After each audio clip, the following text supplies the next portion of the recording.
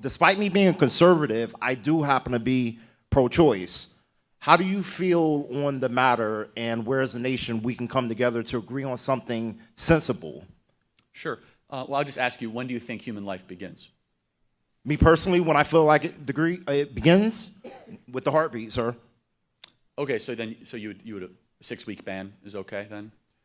I'm pro-choice with exceptions. No woman, I don't feel like if a woman is due to have a child next week that she could choose to abort the child. That's not decency. That's not decent. Okay, so but why a heartbeat? Like, what's the reason for that? Why a heartbeat? Yeah, like, so do you think we should not allow abortions right around 6 weeks? I'm just trying to However, understand. I feel like 6 weeks is slightly too early, only because, correct me if I'm wrong, I'm not a gynecologist, but that means that week 6, that meant missed her period by 3 weeks, give or take, and that's already, then it's too late. Potentially, right, but there's a heartbeat around 6 weeks. So, Correct. So just to play it out, that would be a termination of human life, right? Correct. Right, so why do we have murder laws then? You ask, why do we have murder laws? Yeah, because that'd be murdering a kid, right? If it's a human life, by your own estimation. Correct. You stumped me there. I'm not gonna lie, you did stump me there. I contradict myself where I stand with the matter. That's why I'm asking more or less what's your take on it. Yeah, so my take is this: life begins at conception, and when life is formed in the womb, and deoxyribonucleic acid is created, a new being comes into formation, and that being is still growing. It's still on its process, but we as human beings tend to have size, level of development, environmental, and degree of dependency privilege. We think just because we're bigger and stronger and no longer in a womb, we have a moral right to do whatever we want to those that are still in the womb. And the toughest questions are the ones when we ask, what does it have to do with me, and is it worthy of protecting those that can't protect themselves? And so to be consistent, we say that's when human life begins. And just because the being is small, just because the being is in a womb, doesn't mean that we have a moral right to obliterate it. Does that make sense? Yes, it does. I think you're actually pro-life. So you started off your talk by saying that you oppose science insofar as it stands in the way of nature or it sort of rewrites nature, right? Is that like an accurate representation of your point? Or It can cause a lot of damage, and not done under the proper moral framework. It's been one of the great killers of modern humanity. And so it's all a question of what is the intent, right? So I'll give you a great example. If the intent is to allow human beings to flourish, then I'm all for it. What's an example of that? How about a cesarean section? What an awesome medical breakthrough over the last 100 years. And so I'm all for scientific breakthroughs in progress, but that's with the intent of saving a human life. Properly administered, a C-section is life-giving. When you look at other things, there is no life-giving nature to abortion. One's an abortion, one's a cesarean section. Both require a doctor, they require, medication, they require breakthroughs, but they have two completely different moral premises. You can't tell me when human life begins, though, can you? Can you? Yes, conception. So you're telling me? Wait, we don't know what human life is? Okay. Oh, no. Human life. What do you mean by that? So we don't know that you're a human, or like? Some characteristics of what it means like to be a human, and we obviously know like the social aspects of it, but the biological things, what happens in the brain, are still very unknown, very much. Yeah. So would you agree that when brain waves can be detected, that's a life? The thing is, again, How about a heartbeat? we don't know the babies are being developed. Can that life survive outside of the womb? So that's a good question. Should we defend life that can't survive itself? And if the answer is yes, well, we should not defend it, then newborn infants should be able to be terminated, and every person in an assisted nursing home should be able to be terminated. We make the argument.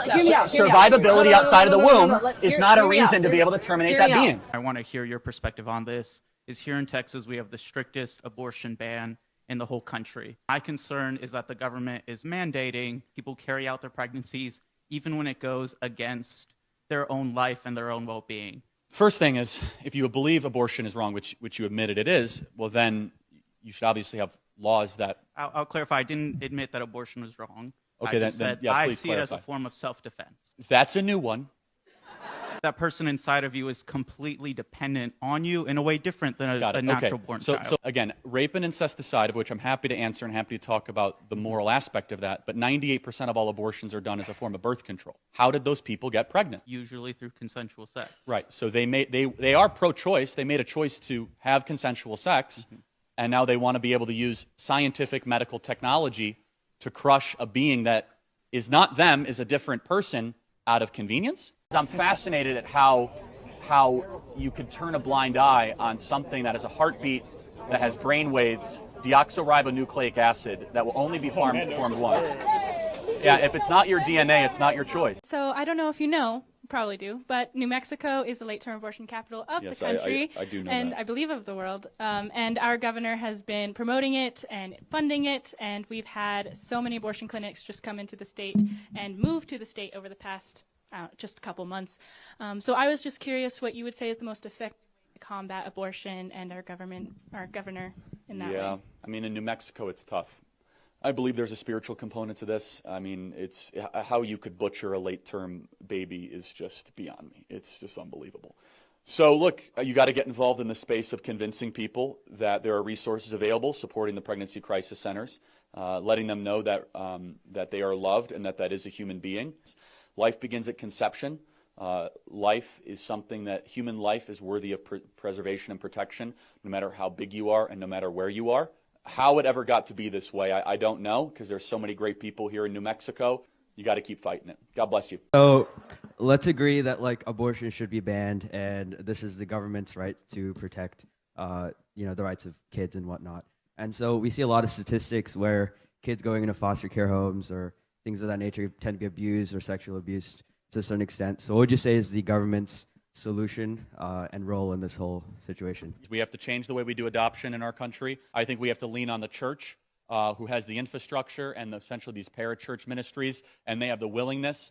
There are 2 million people right now that want to adopt in America. And I bet that would double or triple if the pastors of this nation really challenge their congregation to lean in and to adopt. And the solution should be, we have to make it financially easier to have children. We should go maybe as far as Hungary goes, which is to pay people to have kids. We should go as far to make sure that adoption is easy and seamless. And then we also have to individually and charitably step up to make sure that this idea of an unwanted pregnancy is a thing of the past. Thank you. Thank you. Appreciate it. I have a direct quote from Margaret Sanger, the founder of Planned Parenthood. We do not want word to go out that we want to exterminate the Negro population. And we are seeing disproportionate amount of abortion clinics, Planned Parenthood clinics, and the founder was a eugenicist, period. The founder of Planned Parenthood was a eugenicist.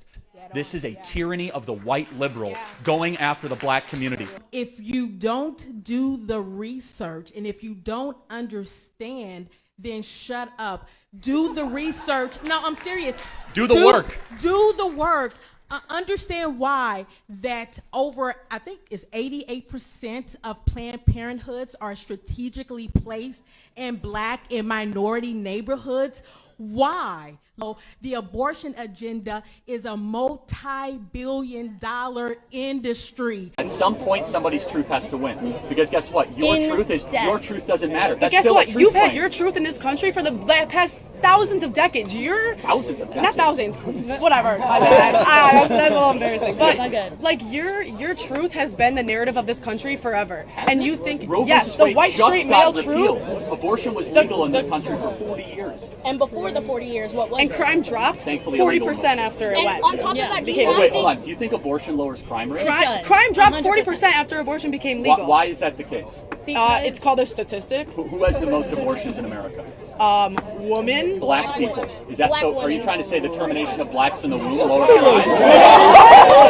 That's a very racist argument. That is not okay. I think the government has a moral obligation to protect innocent life when confronted with the question of someone intervening to end that life. I think there's a bit of a difference, and the analogy that I usually use, or the question that I usually ask pro-life people, is, do you believe that the government should mandate organ donation? We say that you shouldn't have to donate your organs, but the pro-life case seems to extend to the idea that even people who are living should have to give up their kidneys to people in hospitals, maybe? I don't quite see it that way. Well, first of all, again, in 99.67% of the cases, the woman made a choice that could And potentially... what about those 0.4%? What do you think should happen then? Oh, I think the baby should be delivered. Doing something wrong after something evil is never the right thing. So, I mean, when it comes to mandating organ donations, I don't even see how that's applicable to the question.